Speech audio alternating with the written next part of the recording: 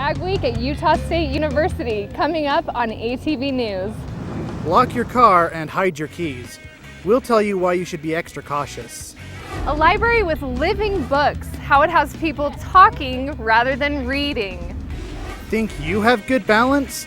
Some USU students found out exactly how long they could stay afloat.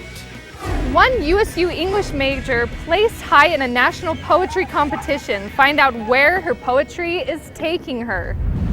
This week, it's all about the 80s and the 50s. But don't have a cow yet. We have your forecast in weather.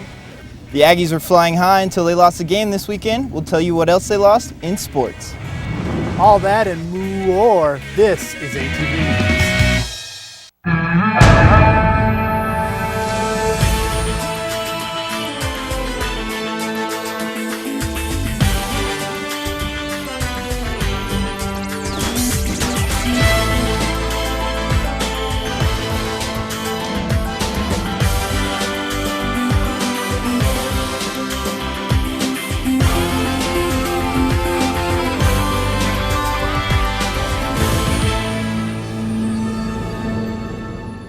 Welcome to ATV News. I'm Caroline Peterson. And I'm Christopher Campbell. Another general authority of the LDS Church has died. Don't give up what you most want in life for something you think you want now. That was Elder Richard G. Scott of the Quorum of the 12 Apostles. He passed away Tuesday of complications from old age. He was 86. Scott was called as an apostle in 1988 and served for 27 years.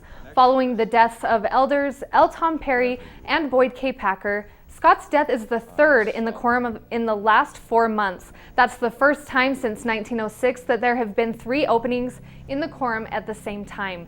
Those 3 positions are expected to be filled at LDS General Conference in October. A string of robberies Monday night has police telling people to make some changes. Our David Matthew Stewart shows you how it could be prevented. David? Thanks, Chris. Our area frequently ranks at the top of the list as safest country. Is that causing us to lower down our standards? Are we getting a little lax?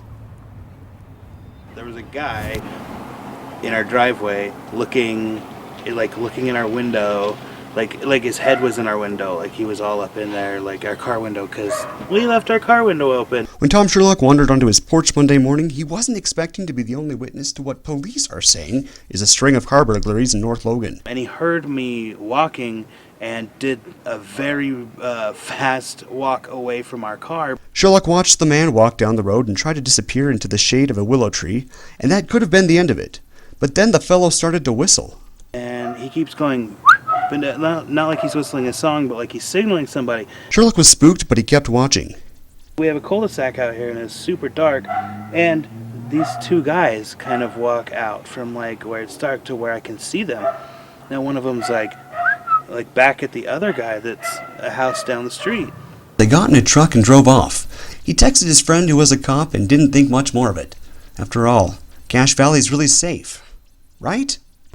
This morning I came out to my car just to head off to work, and I noticed some things were misplaced in my car, which was a little strange, but I didn't worry too much about it. But then as I started to get close to work and where I usually grab my name tag, I realized that my purse wasn't there, and that's when I started to realize that something was missing. The Logan Police Department says the way the thieves got into the cars is through an unlocked door. So far, 5 people have reported things missing, but this was a crime of convenience and it could have been prevented. And so now we'll just be a lot more vigilant about locking the car doors, making sure the garage door is down, locking all our doors. Now, authorities say that if you have to leave something in your car, lock it in the trunk or lock it in the car where they can't get to the lever. Thanks, guys. Thanks, David. Massive flooding swept through southern Utah last week, and it took several lives with it. Oh no, there's 2 vehicles. Washington County reports a total of 20 deaths from the flooding. 12 of those killed were people from inside these 2 cars. Another passenger, 6-year-old Tyson Black, is still missing, but presumed dead. The county has also confirmed the deaths of 7 hikers caused in the storm at Zion National Park. Zion also suffered from severe flooding and overflowing rivers. Overhead drones from the Utah Department of Public Safety show the damage from the flooding. Cleanup efforts in all areas are still underway. A public memorial service for all the victims will be held Saturday in Hilldale. This Saturday marks the 10th anniversary of the van crash that claimed 9 lives at Utah State University. This is a memorial that was constructed in honor of the 8 students and instructor that died on September 26, 2005. While driving back from a field trip, their van blew a tire and rolled off the interstate. All but 2 were killed. Though this happened 10 years ago, President Stan Albrecht says a good way to remember those that were killed is to visit this memorial. I would hope that our students will take time to walk by the memorial over by the Ag building and to read the names of fellow students and to learn something of their background and to remember. The 9 victims will be remembered at the Cass Week Tractor Parade this Friday and at a memorial service on Saturday.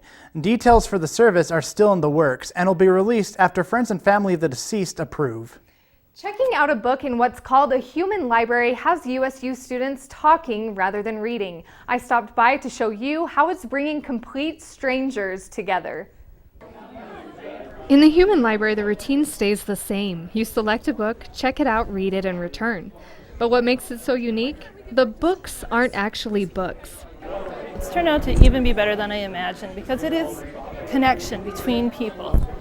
In this library, the books are humans, and as strange as it may seem, USU students were curious to see what checking out a person and reading them was all about. I wasn't really sure what it was going to be like. I think I was like a little nervous of how it was going to go because you're just like sitting down and trying to talk to somebody. Thomas has been a book for 3 years and says sharing his story is a rewarding experience. It's a different experience because you have the, you have the emotion of each other, you have the eye contact, you have everything that kind of goes into a natural conversation. We say you get more interaction and it's time goes by a little faster when you're talking to someone else rather than just sitting there reading a book and being like, well, half an hour, I'm on page 20. But the people acting as books aren't experts in a certain topic or field. They are experts in their lives, and what you are reading, well, actually talking about, is anything you want. Really rewarding experience for the books, like myself, but it's also, I think, a rewarding experience for the readers that come in and get a little more awareness about people in their communities. Coming to the human library is so different because you're learning about a stranger's topic without offending them and not even needing to establish a relationship. So maybe calling it a library and that you're reading a book makes it less intimidating. Most people would say talking to strangers can be scary, but the human library breaks down that social barrier and allows people to expand their understanding through someone else's life experiences. Being able to jump right into a conversation that could be kind of sensitive or might not, but even certainly personal, it makes it easier to do that.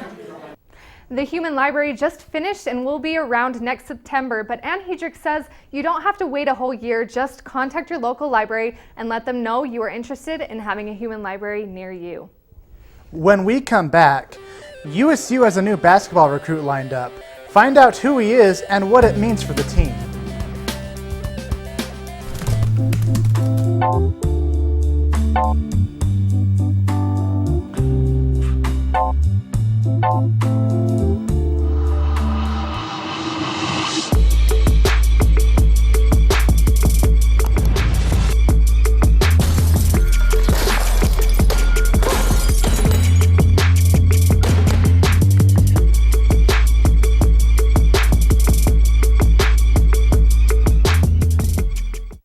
Need an adventure?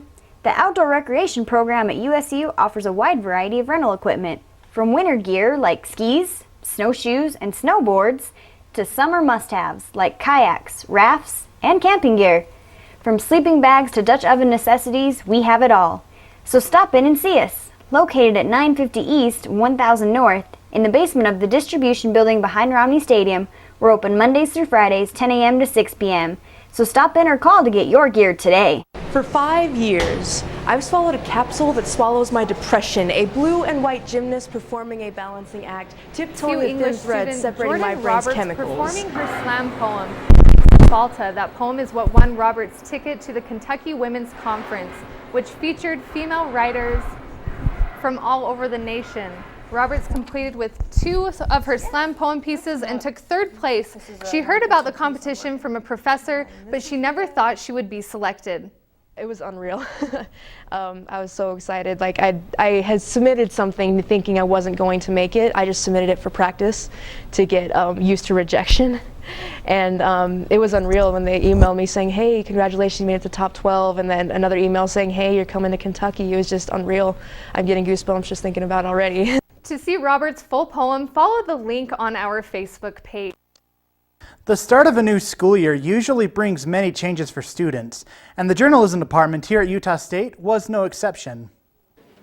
Journalism students will have a new department head for the school year. This office will no longer be occupied by former department head Tom Terry, who has resumed teaching full-time. Instead, it will be Tammy Proctor's new office. Dr. Proctor has a bachelor's in journalism from the University of Missouri and is currently USU's history department head.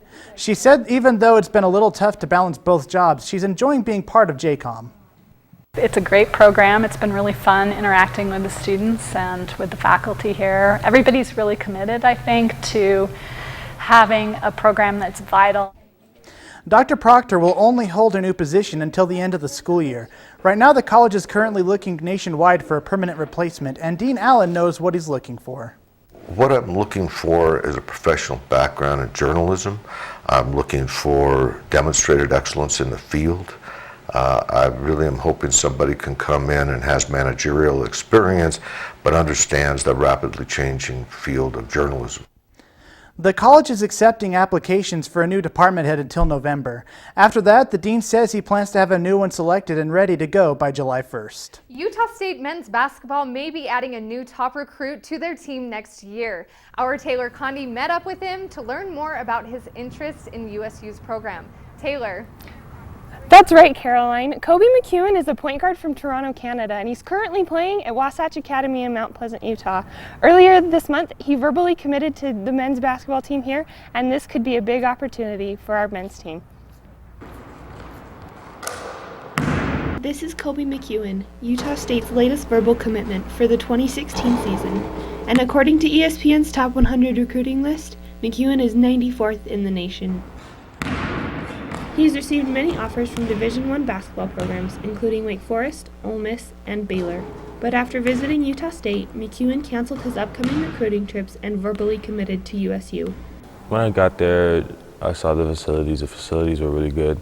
The players were really good, and they felt like family.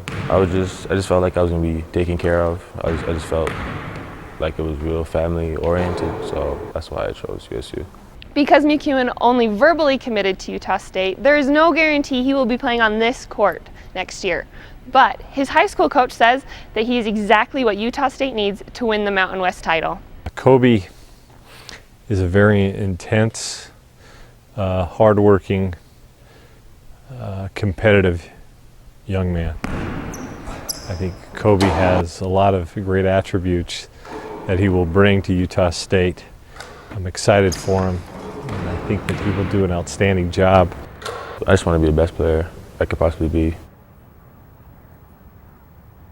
McEwen is excited to come to USU, play in the Spectrum, and be a part of Aggie life. He has not been to a game in the Spectrum yet, but his coach tells me that they will come later this season. Back to you, Caroline. Thanks, Taylor. Future semesters won't be as cramped for students. Survive. 3 new buildings are under construction at Utah State, and they should be finished in 2015 and 2016. You may not be seeing or hearing much, but this will become the new Welcome Center at Utah State. Aggie Recreation Center and Huntsman Hall are also under construction and should be finished before it gets too cold. In January 2016, this closed door will be the path to get to 42 more classrooms and meeting rooms for the students. Before the semester ends, Aggie Recreation Center should have a fitness center with indoor track, climbing wall, and a multi-activity court. It just shows that our university is growing and that we have the opportunities to grow and better our campus. It's awesome. You can see the construction progress through USU's webcams. Many students and faculty will be ready for a log rolling tournament later in the semester thanks to the annual log rolling night on Monday. Our Jeff Dada shows us how difficult it can be. Log rolling competitors have a better idea of where they stand thanks to the Aquatics Club. Many of them simply know they can't stand for long. This is the second year that the club has hosted this event, which promotes themselves and Key Log Rolling Company. We are trying to get a big program here at Utah State. We're having an intramural competition later this semester with it. So we're really just trying to promote key log rolling and get it rolling at Utah State. Monday also happened to be the only day you will find food in the pool area, courtesy of USU Dining Services. We don't usually get free pizza at work, so... Many of the people have never tried log rolling before. I decided to give log rolling a try for myself. I'm told you have to stand in the middle of the water and it's like getting on a balance beam. So let's try it.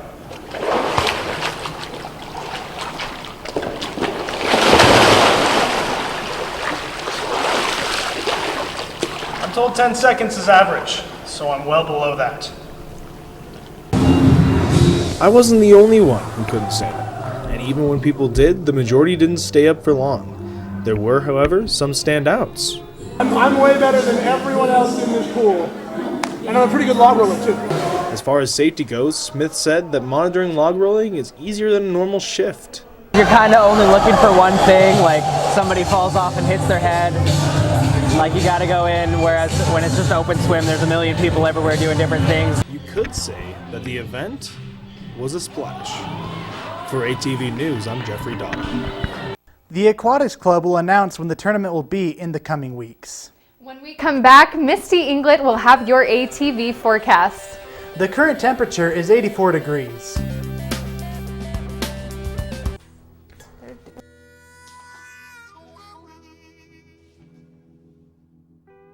Get caught buzz driving, and you could do some hard time. Craig, knock it off.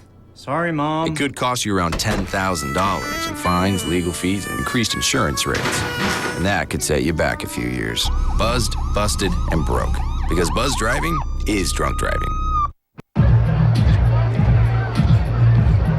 If you drive buzzed, it could cost you around $10,000. You'll face major legal fees, major fines, and steep insurance penalties.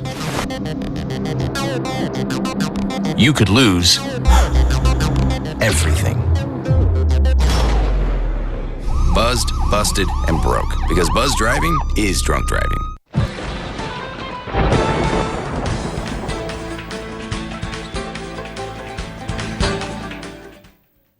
Welcome back. So today is the first official day of fall and it looks like it outside. It's nice and warm, it's sunny.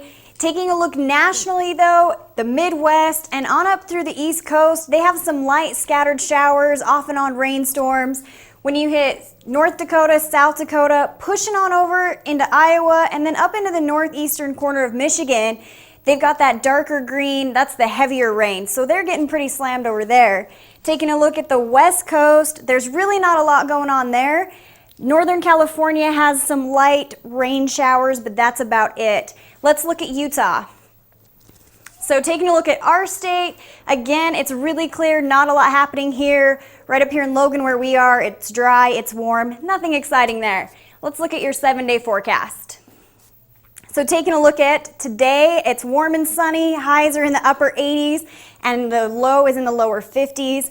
Tomorrow is going to be about the same, warm, sunny, upper 80s. But as you head into the weekend, Friday, Saturday, it's mostly sunny, but you're going to have a little bit of cloud cover. It's still going to be warm with the upper 80s.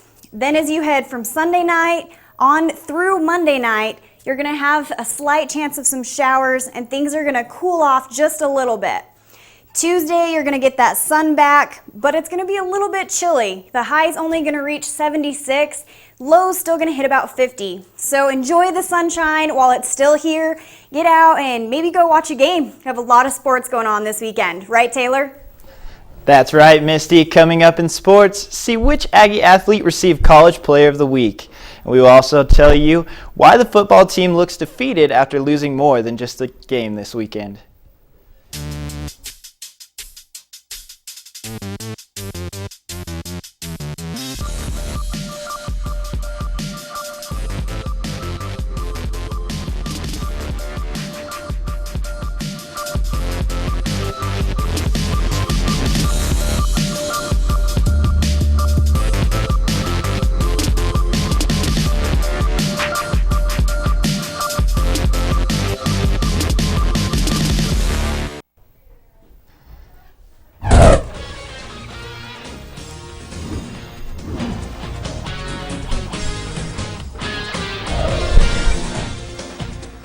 Welcome back. The Utah State Aggies traveled to Washington to play the Huskies this Saturday.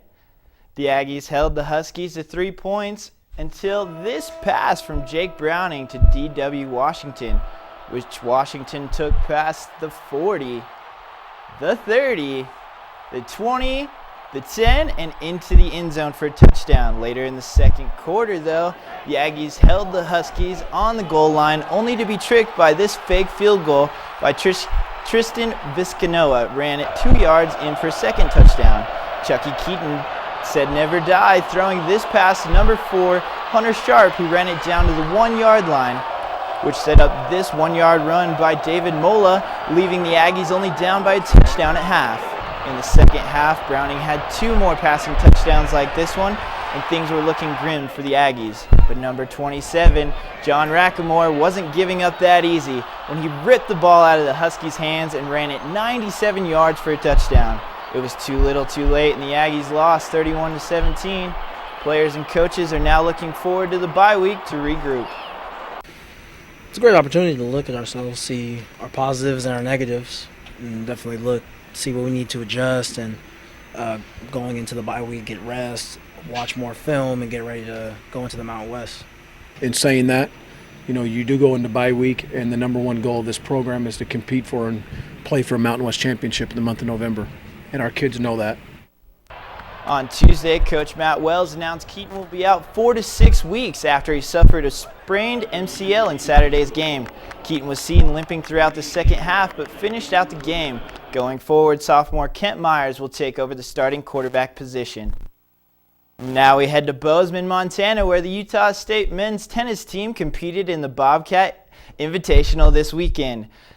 The tournament started with freshman Luis Lopez teaming up with sophomore Andrew Nakajima in doubles. They won the doubles bracket with a 6-2 victory over Montana State. Lopez was hungry for more as he went on to take the singles title as well in 3 straight sets over University of Utah's Jamie Swigert. Next, the men's team will take their talents to Idaho on October 1st for the Boise State Invitational. Next, we follow the ladies of Colorado Springs, where they played in the Air Force Invitational. Utah State's Ekaterina Tagoranova and Lexi Turley faced Air Force and lost the doubles match 6-3, but once you got these ladies by themselves on the court for singles, they tore it up. Turley won in 3 straight sets against her Northern Colorado opponent, and Toraganova followed suit, winning in 3 as well. The Aggies returned to the court October 2nd in Tucson, Arizona for the Arizona Invitational.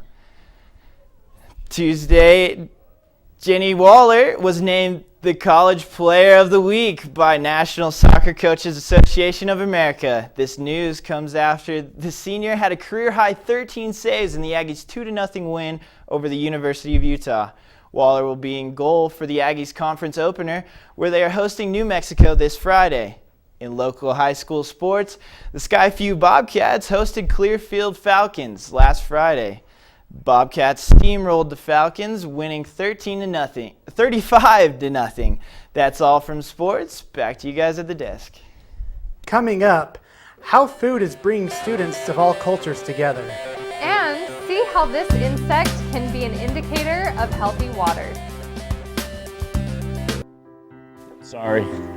I've got big ideas. As a college student, you have big ideas to make a big difference on campus. Why not get funding for those ideas in a big way? The Blue Goes Green Grant provides funding for student sustainability projects. These projects help USU students be more environmentally responsible, live healthier, and save money. To find out more, go to usu.edu/BGG. Get funding for your Blue Goes Green idea in a big way. Blue Goes Green. Make a difference. Sorry. I've got big ideas. As a college student, you have big ideas to make a big difference on campus. Why not get funding for those ideas in a big way? The Blue Goes Green Grant provides funding for students.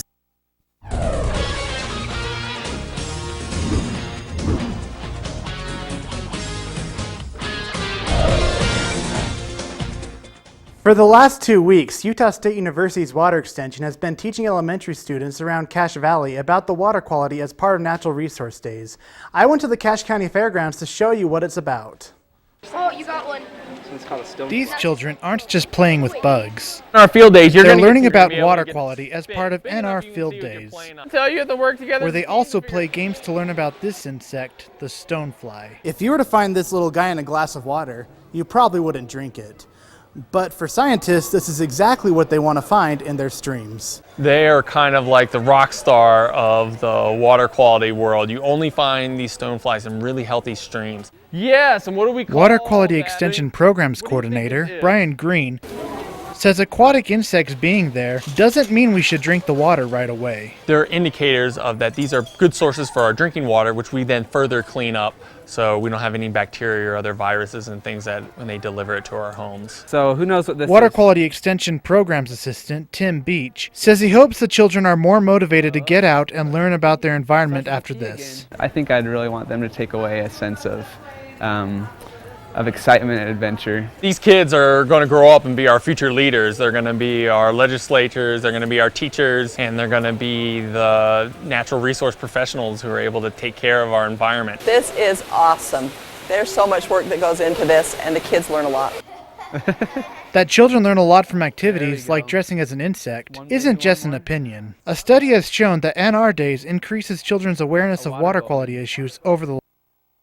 For a more detailed look at what the children learned and how it could affect them, you can check out my Utah Public Radio story on our Facebook page. USU students got together to celebrate world cultures on Thursday. Food like homemade tacos from the Latino Student Union and Native American fry bread pieces were sold to students on Thursday at the Global Picnic on the TSC patio. Whether students decided to buy spring rolls or smoothies, all of the food represented unique cultures. Students danced in the rain and stayed lined up throughout the event, giving them a chance to see and taste what these multicultural groups have to offer. This is an important event for the students because it's just an opportunity for them to see the diversity and multicultural that Utah State offers here. And it's also an awesome event for all the multicultural groups to come together and unite for a cause as well. Cultural and Applied Sciences is holding daily events for USU students and working hard to promote them. Free Lemonade drew students to the College of Agricultural and Applied Sciences booth on Monday. It was set up to promote the college's week of events and raise money by selling t-shirts. Punch cards were given out to students for the chance to win gift cards at the end of the week. With tractors parked all over campus, CAAS hopes to promote their events and let students and families know why agriculture should be important to them. Everything that comes out of our college impacts everyone, whether it's the food you eat, the clothes you wear, the classes you take in high school, it's all in CAS. To find out more about CAAS Week and its events, be sure to check out our Facebook page. So did you see those that stuff going on around the campus for Ag Week? Yeah, I actually was able to pet a cow and a cute puppy today. I was really excited about that. I really wanted one of those shish kebabs. I can't even say it, but I really wanted one. They look so good, but the line was so long every time I went by, so that was kind of a bummer. Hey, it's only 5 per person though. That's all right. I didn't even get one. I would have been great with like 2, but I didn't get anything. I would be too. I love food. So thank you guys so much for joining us on ATV News. We leave you with shots from around the campus. See you next week.